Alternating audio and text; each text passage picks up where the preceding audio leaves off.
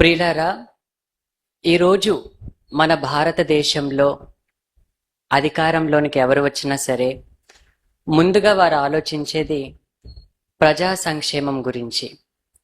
ప్రజలు బాగుండాలి, ప్రజలు బాగుంటేనే మా ప్రభుత్వం నిలబడుతుంది అని ప్రతి నాయకులు కూడా ఎన్నికలకు ముందు సంక్షేమ పథకాలను గురించి చెప్తుంటారు. ఎన్నికల్లో గెలిచిన తర్వాత ఆ పథకాలన్నిటినీ కూడా విజయవంతంగా అమలు చేయటానికి ఆలోచిస్తూ ఉంటారు. ముఖ్యంగా మన తెలుగు రాష్ట్రాల విషయాలను ఆలోచిస్తే, మన తెలుగు రాష్ట్రాలైన తెలంగాణ, ఆంధ్రప్రదేశ్ కానివ్వండి, అదేవిధంగా మన పక్క రాష్ట్రాలైనటువంటి తమిళనాడు కానివ్వండి, కర్ణాటక కానివ్వండి, ఈ దక్షిణాది రాష్ట్రాలన్నిటిలో కూడా ఎక్కువగా త్రాగునీటి సమస్య అనేది ఏర్పడింది. ఈ త్రాగునీటి సమస్యలు ఏర్పడినప్పుడు ప్రజానాయకులుగా ఎన్నికల్లో నిలబడి గెలిచిన వారందరూ కూడా త్రాగునీటి సమస్యకు పరిష్కారాన్ని ఆలోచించి నదుల గురించి, మంచినీటి పథకాల గురించి ఎన్నెన్నో ఆలోచనలు చేశారు. మరి ఒకనాటి మాజీ ముఖ్యమంత్రి వర్యులైతే ప్రతి ఇంటి ముందు ఒక ఇంకుడు గుంత త్రవ్వండి, అప్పుడు వర్షం పడినప్పుడు ఆ నీరంతా కూడా అందులో భద్రపరచబడుతుంది, మనకు త్రాగునీటి సమస్య అనేది ఉండదు అని ఆలోచించారు. తమిళనాడు రాష్ట్రాన్ని పరిపాలించిన జయలలిత గారైతే కావేరీ నది గురించి ఆలోచన చేశారు, తమిళనాడు రాష్ట్రానికి నీళ్లు కోసం. అదేవిధంగా తెలంగాణ రాష్ట్రాన్ని పరిపాలిస్తున్నటువంటి ముఖ్యమంత్రి వర్యులు ఆయన చేసినటువంటి సంచలన ప్రయోగం అనే చెప్పుకోవచ్చు. ఏంటంటే హైడ్రా. ఈ హైడ్రా ద్వారా పూడుకుపోయినటువంటి చెరువులన్నిటినీ కూడా మళ్ళీ వాటికి పునఃప్రాణాన్ని పోశారు అని ఎన్నో వార్తాపత్రికల్లో మీరందరూ కూడా వినే ఉంటారు. గ్రేటర్ హైదరాబాద్, మరి హైదరాబాదులో త్రాగునీటి సమస్య అదంతా కూడా రాళ్ళు గుట్టలు ఉన్నటువంటి ప్రాంతం కనుక అక్కడ కాస్త నీటి కొరత అనేది ఎక్కువే. మరి అలాంటి ప్రాంతంలో ఒకప్పుడు చెరువులనే ఉండేవి. మరి ఆ చెరువులన్నిటినీ కూడా ఆ తర్వాత కాలంలో ఎండిపోవడం, కొంతమంది కబ్జాదారులు వాటిని ఆక్రమించిన తర్వాత చెరువులన్నీ కూడా పూడుకుపోవడం, నీటి కొరత ఏర్పడడం అనేది జరిగింది. అప్పుడు వారి ప్రభుత్వం గెలిచిన తర్వాత వారు వచ్చి హైడ్రా ద్వారా త్రాగునీటి కోసం పూడుకుపోయినటువంటి చెరువులన్నిటినీ కూడా మళ్ళీ త్రవ్వించి చక్కగా దాన్ని ఎంత అందంగా మలిచారో మీరందరూ తెరలపై ఒక్కసారి చూడగలరు. నగరం నడిబొడ్డునండి అదంతా కూడా. నగరం మధ్యలో ఎన్నో చెరువులు, మంచినీటి చెరువులు, అవన్నీ కూడా పూడుకుపోయాయి, చెత్తతో పేరుకుపోయింది. తర్వాత ముండ్ల తుప్పలన్నీ కూడా మొలిచాయి. అప్పుడు నీటి కొరత ఏర్పడింది. చాలా ప్రభుత్వాలు మారాయి, కానీ వాటి గురించి ఎవరు కూడా పట్టించుకోలేదు. రియల్ ఎస్టేట్ వచ్చిన తర్వాత ఆ భూములన్నిటిలో కూడా రియల్ ఎస్టేట్ వ్యాపారాలు చేయడం, వాటిలో ఇల్లులు కట్టేసుకోవడం, పెద్ద చెరువును చిన్న చెరువుగా మార్చేయడం, ఇటువంటివన్నీ కూడా ఎన్నో చేశారు. కానీ ఈ మధ్య కాలంలో హైదరాబాద్ లో దగ్గరగా 6 నుంచి 9 పెద్ద చెరువులను మళ్ళీ వాళ్ళు వాటికి పునర్వైభవాన్ని తీసుకొచ్చారు. చూడండి, చెరువు ముందు ఎలాగుందో తర్వాత ఎలాగుందో చూడండి. ఈ మంచినీటి చెరువును మీకు ఎందుకు చూపించానంటే, త్రాగునీరు పుష్కలంగా ఉండాలి, వర్షం పడిన తర్వాత ఆ నీరంతా కూడా సమృద్ధిగా అక్కడ చేరుకోవాలి, అక్కడ నీరుంటేనే ప్రజలకు త్రాగునీటి సమస్య అనేది ఉండదు అని గత ప్రభుత్వాలు మర్చిపోయిన వాటిని, గత ప్రభుత్వాల కాలంలో మరుగున పడినటువంటి వాటిని మళ్ళీ అందంగా మలిచి ప్రజలకు అందించాలని ప్రభుత్వాలు ఎంతగానో ప్రయాసపడ్డాయి. అలాగే మీకు మరొక వీడియోను కూడా తెరపై వేస్తారు, ఒక్కసారి చూడండి.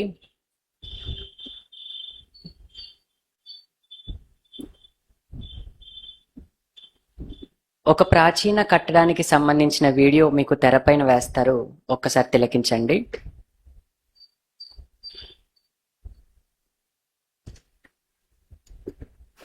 Short video.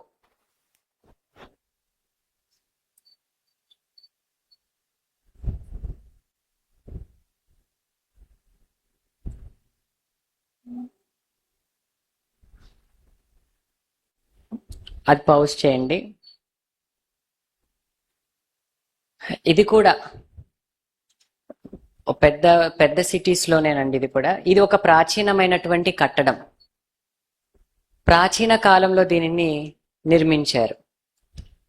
ఇది ఒక రకంగా చెప్పాలంటే దీనిని బావి, ప్రాచీన కట్టడాలు బావిగాను కొలనుగాను వీటిని పిలుస్తూ ఉంటారు.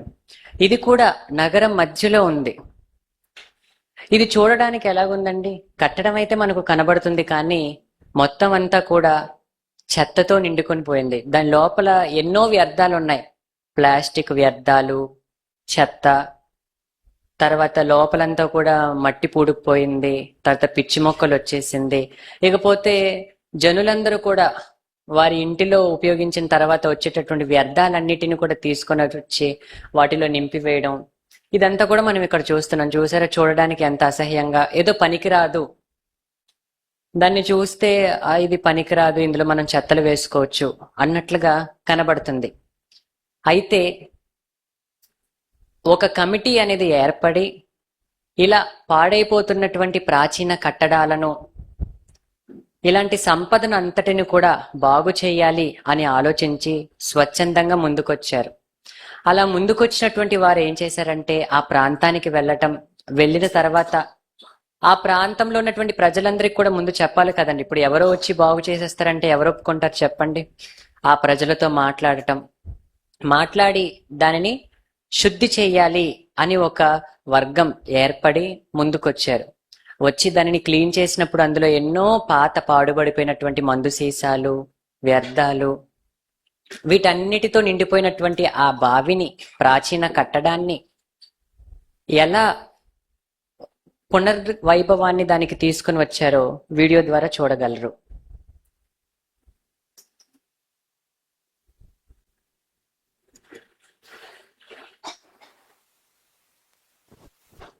చూసారా, మునుపు ఎలాగుండేది, దానిని శుభ్రపరిచిన తర్వాత ఎలాగైందో. మునుపు ఈ విధంగా ఉండేది, ఎందుకు పనికిరానిదిగా, చూడడానికి అసహ్యంగా, పక్కన నిలబడినా సరే ఎవరు నిలబడలేని స్థితిలో, వికారంగా, వాంతులు వచ్చే విధంగా, అది చూపుకు ఆ విధంగా ఉంది మునుపు. కానీ దానిని శుభ్రపరిచిన తర్వాత అది ఏ విధంగా మారిందో చూడండి. ఇక దీని గురించి ఒక వీడియో ఉంది, ఆ వీడియోను కూడా చూడండి.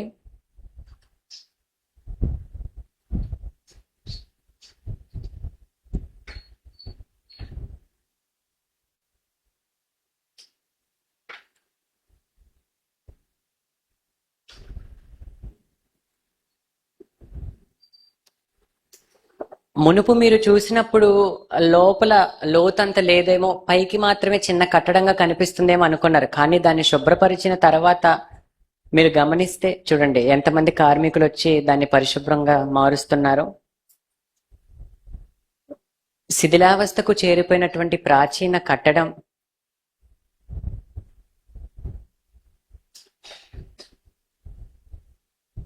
వారందరూ కూడా స్వచ్ఛందంగా ముందుకొచ్చారు దానిని బాగు చేయాలని, దానికి పునర్వైభవాన్ని తీసుకురావాలని.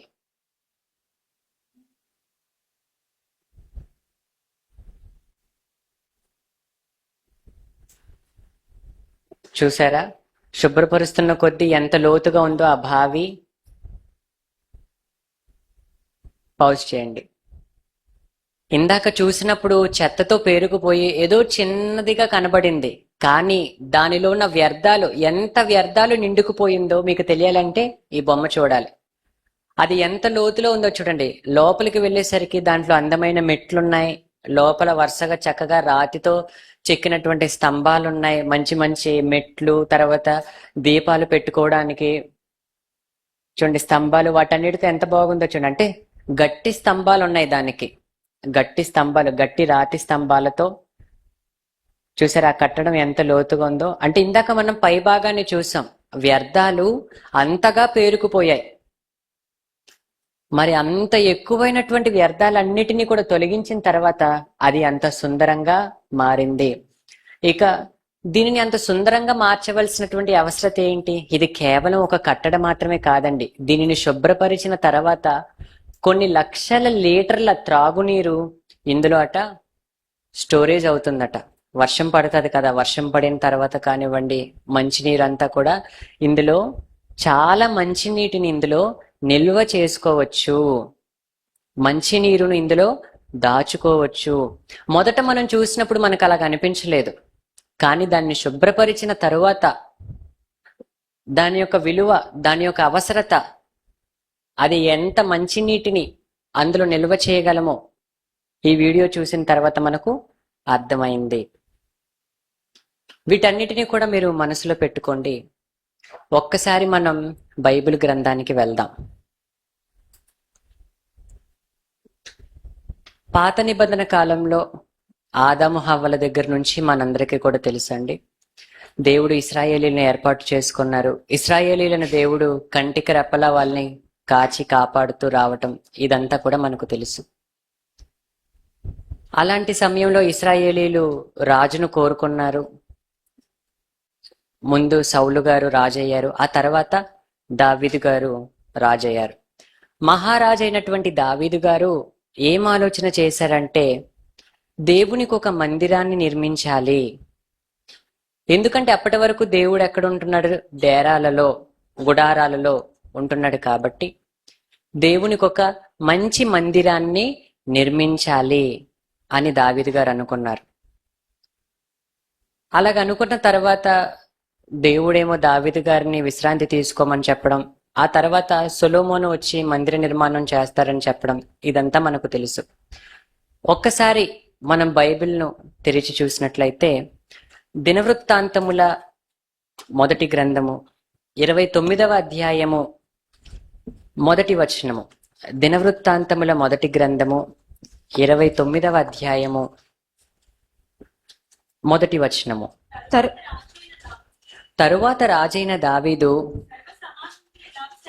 సర్వ సమాజముతో ఇలాగూ సెలవిచ్చెను, దేవుడు కోరుకొనిన నా కుమారుడైన సొలొమోను ఇంకను లేత ప్రాయము గల బాలుడై ఉన్నాడు. కట్టబోవు ఆలయము మనుష్యునికి కాదు, దేవుడైన యెహోవాకే గనుక ఈ పని బహు గొప్పది. ఏ పని బహు గొప్పది? కట్టబోవు ఆలయం మనుష్యునికి కాదు, అది దేవునికి. ఆలయం కట్టబోవున్నది ఎవరికి? మనుషుల కోసం కాదు, దేవుని కోసం. మరి దేవుని కోసం కట్టబోవు ఆలయం అట, ఆ పని చాలా బహు గొప్పది. గొప్ప పని. ఏ పని గొప్ప పని? దేవుని కొరకు మందిరాన్ని కట్టడం బహు గొప్పది. ఇక 19వ వచనానికి వెళ్ళినట్లయితే, అదే అధ్యాయం 19వ వచనం. నా కుమారుడైన సొలొమోను నీ ఆజ్ఞలను, నీ శాసనములను, నీ కట్టడలను గైకొనుచు వాటినన్నిటినీ అనుసరించినట్లు నేను కట్టదలిచిన ఈ ఆలయమును కట్టించినట్లును అతనికి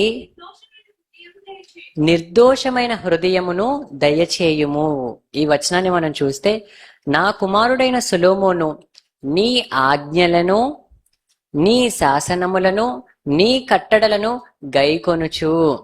మందిరం కడతాడు కదా, మందిరం కట్టేటప్పుడు మరి ఆ మందిరం కట్టేటటువంటి బిజీలో ఉంటాడు కదా, కాబట్టి ఇక ఆజ్ఞలు, కట్టడాలు, శాసనాలు కూడా గైకొంటాడో గైకోడో అని చెప్పటం లేదు.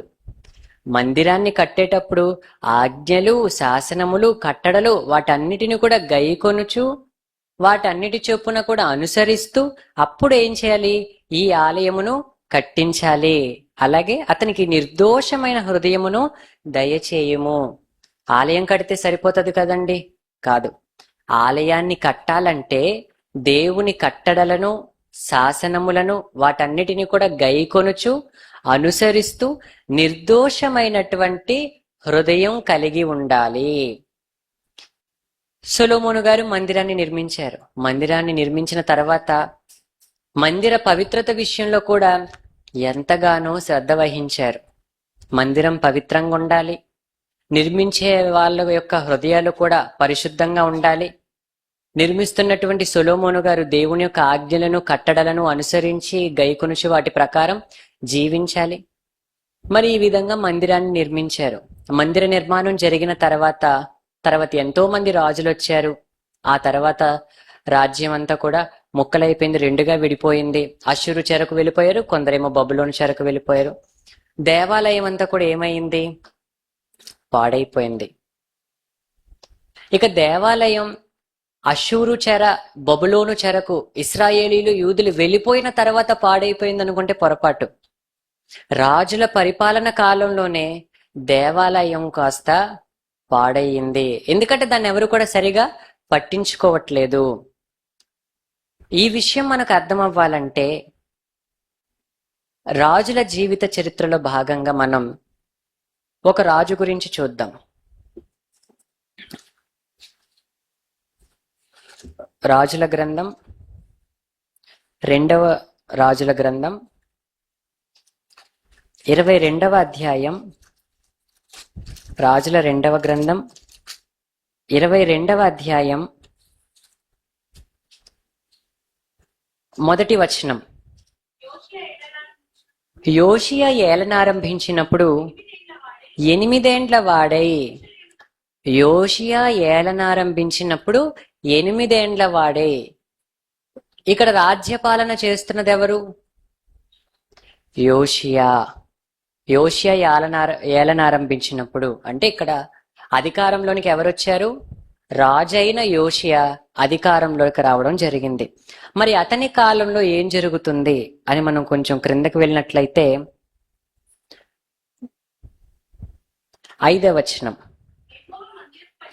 యెహోవా మందిరపు పనికి అధికారులై పని జరిగించు వారి చేతికి ఆ ద్రవ్యమును అప్పగించిన తరువాత యెహోవా మందిరమందలి శిథిలమైన స్థలములను, యెహోవా మందిరమందలి శిథిలమైన స్థలములను బాగు చేయుటకై యెహోవా మందిరపు పనిచేయు కూలివారికి వారు దాన్ని ఇయ్యవలెననియు, వడ్లవారికిని శిల్పకారులకును కాసే పనివారికిని మందిరమును బాగు చేయుటకై మ్రానులనేమి చెక్కిన రాళ్లనేమి కొనుటకును ఇయ్యవలెననియు తెలియజెప్పుము.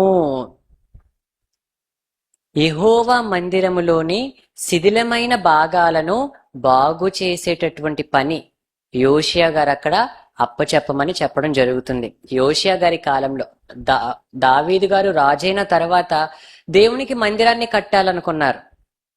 సొలొమోను గారు రాజైన తర్వాత దేవునికి మందిరాన్ని కట్టించారు. ఆ మందిరం ఎంతో పవిత్రంగా, మందిరం లోపలంతా కూడా ఎంతో పవిత్రంగా ఉంటుంది.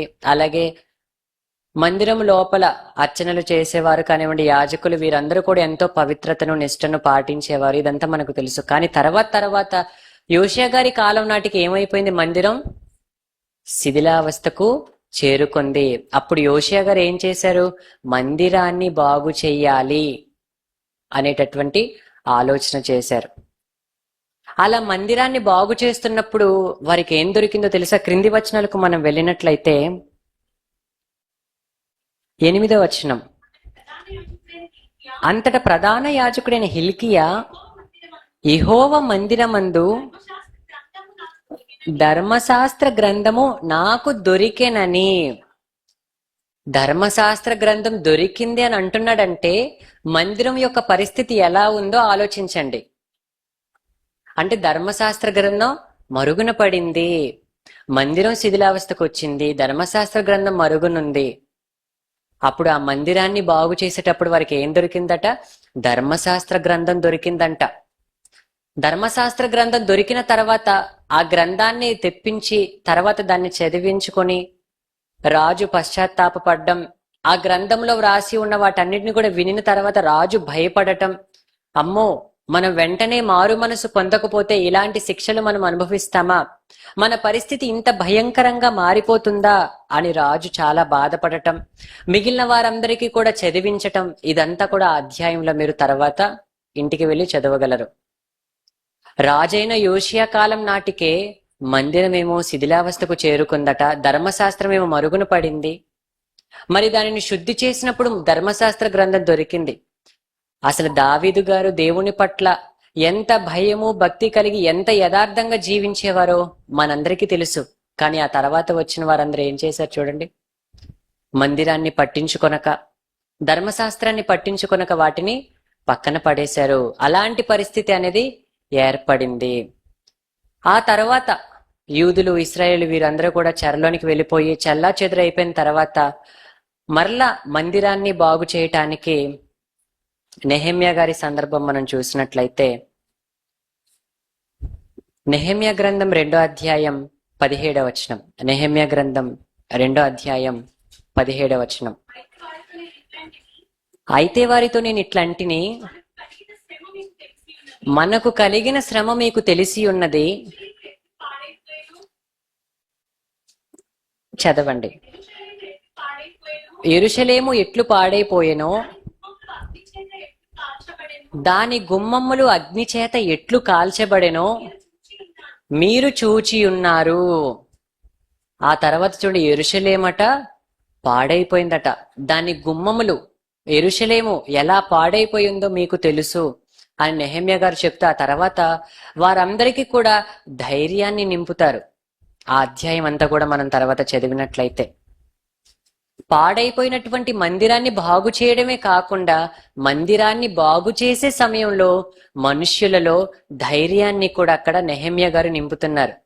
మందిరాన్ని బాగు చేయాలి, అదే సమయంలో మనుష్యులలో ధైర్యాన్ని నింపాలి. ఎందుకంటే వారందరూ చెరలోనికి వెళ్ళిపోయారు కదండి. వెళ్ళిపోయారంటే మరి ఎన్ని కష్టాలు అనుభవిస్తున్నారో ప్రత్యేకంగా మరి మీకు చెప్పనవసరం లేదు. అలాంటి సమయంలో శిథిలమైపోయినటువంటి దేవాలయం గురించి, అదే విధంగా శిథిలమైపోయినటువంటి మనసులను కూడా ఆయన ధైర్యపరుస్తున్నాడు. ఎందుకంటే మనసులను ధైర్యపరిస్తేనే ఆ కట్టడాన్ని వారు మరింత బలంగా తిరిగి నిర్మింపడానికి వారికి ధైర్యం సరిపోతుంది. ఒకానొక సందర్భంలోనైతే ఒక చేత్తో ఈట పట్టుకొని మరొక చేత్తో వారు మందిరాన్ని బాగు చేసిన సందర్భాలు కూడా ఉన్నాయి. అలాగే చాలా మంది భక్తుల సందర్భాలలో కానివ్వండి, వారి జీవిత మధ్యలో కానివ్వండి, ఈ దేవాలయం గురించి వారు తీసుకున్నటువంటి శ్రద్ధ, ఇదంతా కూడా పాత నిబంధనలో మనకు చాలా సందర్భాల్లో వ్రాయబడ్డాయి. మరి పాత నిబంధనలో వ్రాయబడినటువంటి ఈ సందర్భాలన్నీ కూడా దేవుడు ఎందుకు వ్రాయించాడు అంటే, వాటి ద్వారా మనం సందేశాన్ని పొందాలి. వాటి ద్వారా ఏదో ఒక సందేశం అనేది మనకు దేవుడు వ్రాయించాడు, దాన్ని మనం తెలుసుకోవాలి.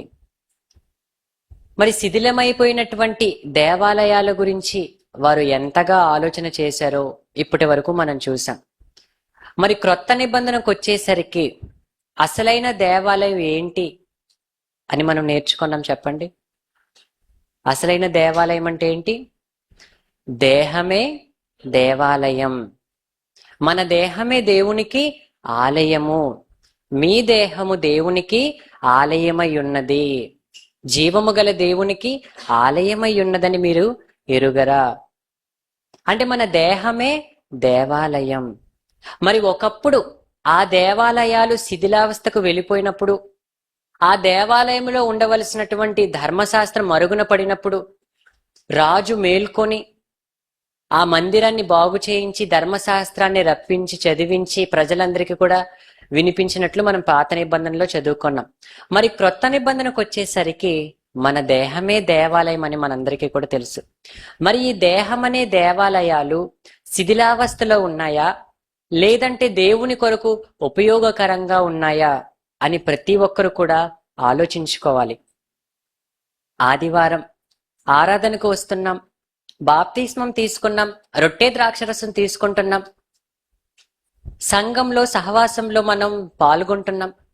మరి ఈ సంఘంలో సహవాసంలో ఉంటూ రొట్టె ద్రాక్షరసం తీసుకున్నటువంటి మనం ఏ పేరుతో పిలువబడుతున్నాం చెప్పండి? క్రైస్తవులుగా పిలువబడుతున్నాం. మనం అందరం కూడా క్రైస్తవులుగా పిలువబడుతున్నాము. క్రైస్తవులు అనగా రాజులైన యాజక సమూహం. క్రైస్తవులెవరు? రాజులు, యాజకులు. రాజులైన యాజక సమూహం క్రైస్తవులు అంటే ఇక్కడ నిలబడిన నేను, కూర్చున్న మీరు, మనం అందరం కూడా క్రైస్తవులమైన మనం అందరం కూడా రాజులైన యాజక సమూహం. మరి పాత నిబంధన కాలంలో ఆ రాజులు దేవుని మందిరం పట్ల అంత శ్రద్ధ వహించినప్పుడు, క్రొత్త నిబంధన కాలంకి వచ్చేసరికి క్రైస్తవులుగా రాజులుగా పిలువబడుతున్నటువంటి మనం ఎన్ని దేవాలయాలను మనం తిరిగి దేవుని కోసం ఉపయోగపడే విధంగా మార్చగలుగుతున్నామో ఆలోచించాలి. దేవాలయాలంటే దేహం అని చెప్పాను. దేహం అనే దేవాలయాలు. ఎన్ని దేవాలయాలు? అందరం పైకి కనిపించినప్పుడు బానే ఉంటాం నాతో సహా, కానీ లోపల ఎంత చెత్త పేరుకొని పోయిందో మనకే తెలుసు. అంతేనా? ఇందాక మీకు ఒక ఉదాహరణ చూపించాను. నిజాం కాలం నాటి ఒక బావి పైకి చూసినప్పుడేమో మొత్తం చెత్తతో పేరుకోపోయింది, కానీ దానిని శుభ్రపరిచినప్పుడు ఎంత లోతుల్లోకి ఆ కట్టడం ఉందో మనం చూసాం. ఎంత నీరు అందులో దాచుకోగలమో మనం ఇందాక వీడియో ద్వారా చూసాం.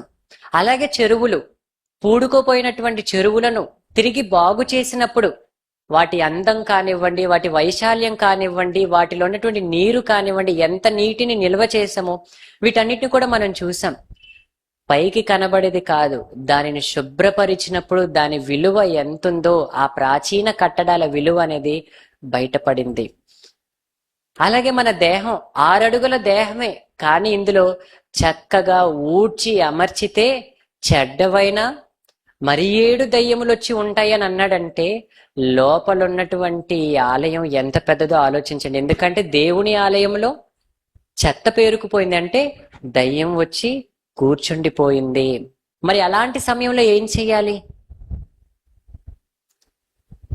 అలాంటి సమయంలో మనం ఏం జాగ్రత్తలు వహించాలి చెప్పండి? మరి దేవుడు ఉండవలసినటువంటి ఆలయం దేవుడు లేడంటే అది శిథిలమైపోయినట్టే, అంతే కదా? మరి ఇందాక బావి జనులు త్రాగునీటిని ఉపయోగించక అది మరుగున పడింది కాబట్టి అలాగా ఎప్పుడైతే మరుగున పడిందో ఆటోమేటిక్ గా చెత్త మీద చెత్త, చెత్త మీద చెత్త అలా పేరుకుపోతూ వచ్చింది. అలాగే మన దేహం అనే దేవాలయంలో దేవునికి చోటివ్వకపోతే, ఒక్కసారి కాని దేవుడు చెప్పినటువంటి మాటలను మనం మర్చిపోయి లోకంతో కలిసిపోయామనుకోండి, ఈ దేహం అనే దేవాలయాలను బాగు చేసేటటువంటి బాధ్యత ఎవరి మీద ఉందో తెలుసా? క్రైస్తవులైనటువంటి మన మీదే. ఎన్నో ప్రభుత్వాలు, నాయకులు వస్తున్నారు, ప్రజలకు అవసరమైనటువంటి భౌతిక సంబంధమైనటువంటి అవసరాలను, భౌతిక సంబంధమైనటువంటి ప్రయోజనాల గురించి ఆలోచనలు చేస్తున్నారు. కానీ రాజులు, యాజకులైనటువంటి క్రైస్తవులమైనటువంటి మనం ఏం చేయాలో తెలుసా? రాజులుగా పాత నిబంధన కాలం వారు ఆ దేవాలయం గురించి ఎలాగైతే ఆలోచన చేశారో అదే విధంగా క్రొత్త నిబంధనలో క్రైస్తవులు, రాజులైనటువంటి మనం ఈ దేహం అనే దేవాలయాలను బాగు చేయాలి అనే ఆలోచన కలిగి ఉండాలి. ఆనాడు యాజకులు ఎలాగైతే దేవాలయాన్ని పవిత్రంగా ఉంచారో ఈనాడు యాజకులైనటువంటి మనం, రాజులను యాజకుల సమూహమైనటువంటి మనం ఈ దేవాలయాలను, శిథిలమైపోతున్నటువంటి దేవుని ఆలయాలను బాగు చేసి వాటిలో వాక్యాన్ని నింపి ఇతరులకు ఉపయోగపడే విధంగా మనం మార్చగలగాలి. అందుకే కదండి మనం అందరం కూడా ఇక్కడ సమాజంగా కూడుకుంటున్నాం. సమాజంగా వస్తున్నటువంటి మనం దేవుని యొక్క మాటలను వింటున్నటువంటి మనం ఇదే మాటలను బయట ప్రపంచానికి తీసుకుని వెళ్ళి అనేకులకు ఈ మాటలను వెదజల్లాలి. వారి జీవితాల్లో కూడా మనం వెలుగుని నింపాలి. ఒక పాడుబడిపోయినటువంటి బావిని బాగు చేస్తే ఆ పట్టణం అంతటికి కూడా నీరు ఎలాగైతే సమృద్ధిగా కలిగి వారికి మేలు కలిగిందో అదే విధంగా ఇప్పటి వరకు లోకంలో అదే విధంగా పాపములతో, అపరాధములతో మునిగిపోయినటువంటి మనలను మనం బాగు చేసుకుంటూ ఇంకా శిథిలమైపోతున్నటువంటి మిగిలిన దేహం అనే దేవాలయాలను కూడా మరమ్మత్తు చేస్తూ, బాగు చేస్తూ దేవునికి ఉపయోగపడే విధంగా ముందుకు తీసుకొని వెళ్ళాలి. మరి మన అన్నయ్య అయినటువంటి యేసుక్రీస్తు వారు భూమి మీదకు వచ్చి మనకు అదే కదండి నేర్పించారు.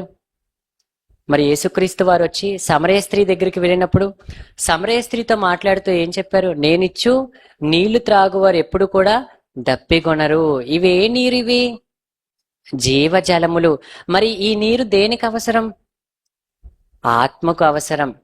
భౌతిక సంబంధమైనటువంటి నీటి గురించి ఎందరో నాయకులు ఆలోచిస్తున్నారు. కానీ క్రైస్తవులుగా ఈ యొక్క రాజ్యములో రాజులుగా, యాజకులుగా ఉన్నటువంటి మనం జీవజలములను ఇతరులకు అందించే విధానాన్ని గురించి మనం ఆలోచించాలి. అటువంటి ప్రయోజనకరమైనటువంటి పనులను గురించి మనం ఎల్లప్పుడూ కూడా యోచించాలి. ఎందుకంటే ఈ సంఘం అనేది దినదినము కూడా అభివృద్ధి చెందుతూ ఉంది. మరి అభివృద్ధి చెందుతున్నటువంటి ఈ కట్టడం అంటే ఈ రోజు మనమేనండి. ఎన్నో మాటలు మనం చూసాం, అంతేనా? ఎఫెసీ పత్రికలో కానివ్వండి, కొరింథీ పత్రికలో కానివ్వండి, మనం అనేక సార్లు మనం చదువుకున్నాం. మనమందరము కూడా అవయవాలు, అలాగే దేవుని నిర్మాణంలో మనమందరం కూడా భాగములు, మనమందరం కూడా చక్కగా పేర్చబడి, అమర్చబడి, కట్టబడి ఉన్నాము. మరి అలా కట్టబడుతున్నటువంటి మన గురించి మనం ఆత్మవిమర్శ చేసుకోవాలి. అదే విధంగా మన ప్రక్కనున్నటువంటి సహోదరుల గురించి కూడా మనం ఆలోచించాలి. మరి ఎవరైనా సరే సంఘానికి రాలేకపోయినప్పుడు కానివ్వండి, సమాజంగా కూడుకోవడానికి రాలేనప్పుడు కానివ్వండి, వారిని మనం పరామర్శించాలి.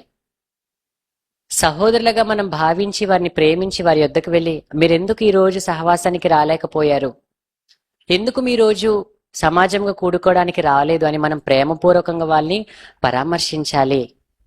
అలా పరామర్శించినప్పుడు వారి కష్టాలు అవి చెప్తుంటారు. వీలైతే మనం దేవుని మాటల ద్వారా వారిని మనం ధైర్యపరచాలి. ఎందుకంటే స్వచ్ఛందంగా మనం ఒక అడుగు ముందుకు వేస్తేనే అవతల వారు దేవునికి దూరం అయిపోకుండా దగ్గరకు వచ్చేటటువంటి అవకాశాలున్నాయి. ఎందుకంటే మనం అందరం కూడా దేవునికి చాలా అవసరము. ప్రతి దేహం కూడా దేవునికి అవసరం కనుకనే తల్లి గర్భంలో ఎన్నో కణాలు రాలిపోయినప్పటికీ మనల్ని అలా గెలిపించి భూమి మీద దేవుడు నిలబెట్టాడు. నిలబెట్టబడినటువంటి మన గొప్పతనం మనకు అర్థం కాకపోవచ్చు. ఇందాక మీరు ఆ బావిని చూసినప్పుడు ముందు దాని గొప్పతనం తెలియలేదు, కానీ తర్వాత ఎలాగైతే తెలిసిందో అలాగే మన గొప్పతనం మనకిప్పుడు అర్థం కాకపోవచ్చు. అర్థమవుతుందా? వాక్యాన్ని తెలిసిన వారికి తప్ప లోకంలో ఉన్న వారికి ఈ మందిరం యొక్క గొప్పతనం అనేది అర్థం కావటం లేదు. అందుకే ఆ మందిరాలన్నీ కూడా శిథిలావస్థకు వెళ్ళిపోతున్నాయి. మరి వాటిని బాగు చేయాలంటే ఏం చేయాలి? ఇదిగో క్రైస్తవులమైనటువంటి మనమే ముందుకు వెళ్ళాలి. అందుకే కదండి ఆరాధనలు, తరగతులు ఇవన్నీ కూడా ఎందుకు నిర్వహిస్తున్నారు? వీటిలో ఏం బోధిస్తున్నారు? ఆత్మకు అవసరమైనటువంటి వాక్యాన్ని అందిస్తున్నారు. ఈ ఆత్మలకు అవసరమైనటువంటి వాక్యాన్ని వింటున్నటువంటి మనం ఏం చేయాలో తెలుసా? ఈ విలువ తెలిసినటువంటి విలువ తెలియని వారికి మనం తెలియచెప్పాలి.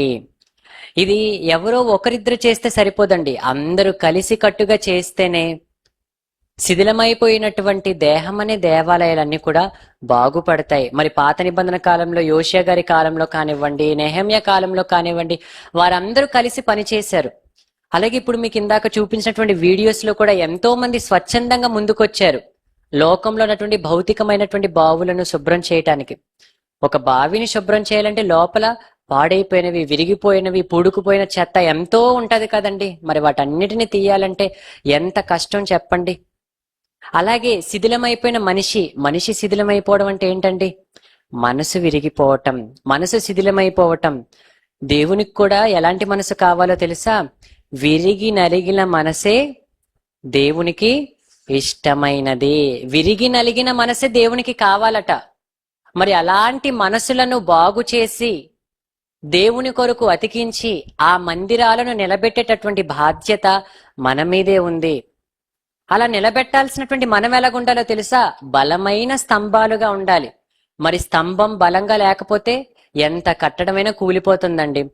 మరి గత వారంలో ఒక న్యూస్ చూశాను. ఏంటంటే అనకాపల్లి దగ్గరలో అనుకుంటాను, ఒక వంతెన కూలిపోయింది. ఇంకా అది కట్టలేదు, కన్స్ట్రక్షన్ లో ఉంటున్నటువంటి వంతెనే కూలిపోయింది. ఎందుకు కూలిపోయింది? దానికి బలమైనటువంటి సపోర్ట్ అనేది లేదు. ఎప్పుడైతే బలమైనటువంటి సపోర్ట్ దానికి లేదో ఆ వంతెన ఏమైంది? కూలిపోయింది. మరమ్మత్తు చేసే సమయంలోనే అది కూలిపోయింది.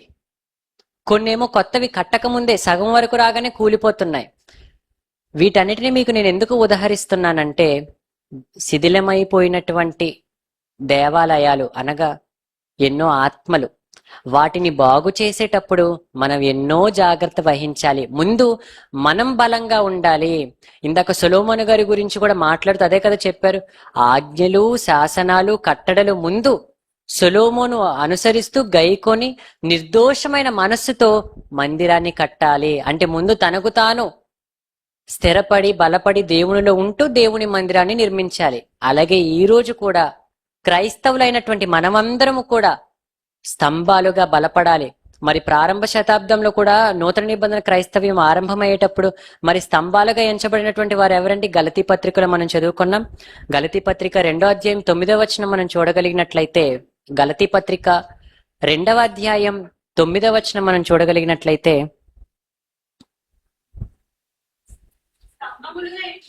స్తంభములుగా ఎంచబడిన యాకోబు, కేఫా, యోహాను అనువారు. స్తంభములుగా ఎంచబడిన యాకోబు, కేఫా, యోహాను అనువారు. వారు స్తంభములుగా ఎంచబడ్డారు అంటే వారు అంత దృఢంగా మారిపోయారు. యేసుక్రీస్తు వారు మరణించిన తర్వాత వారు అంత దృఢంగా మారిపోయారు కనుకనే వారు ఆనాడు సంఘాలను నిలబెట్టగలిగారు. ఈ రోజు కూడా ఇక్కడ ఉన్నటువంటి మనం అందరము కూడా అంతే దృఢంగా బలపడాలి. విశ్వాస జీవితంలో మనం బలపడాలి, దృఢంగా మారాలి. ముందు మనం దృఢంగా బలపడి స్తంభాలుగా మారగలిగితేనే మిగిలిన శిథిలావస్థలో ఉన్నటువంటి దేవాలయాలను మనం బాగు చేయగలము.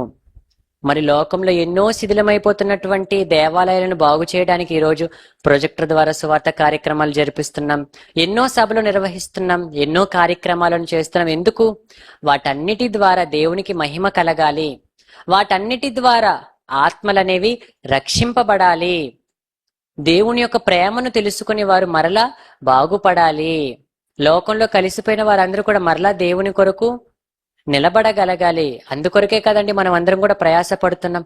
మరి ప్రయాసపడుతున్నటువంటి మనం మన చివరి శ్వాస వరకు మన దేవాలయం గురించి, అదే విధంగా మన చుట్టూ ఉన్నటువంటి మిగిలిన విశ్వాస జీవితం గురించి కూడా ఆలోచిస్తూ మనకు మనం బలపడుతూ ఇతరులను కూడా బలపరిచే విధంగా ఉండవలసిందిగా కోరుతూ ఈ నా మాటలను ముగిస్తున్నాను. అందరికీ నా యొక్క వందనములు.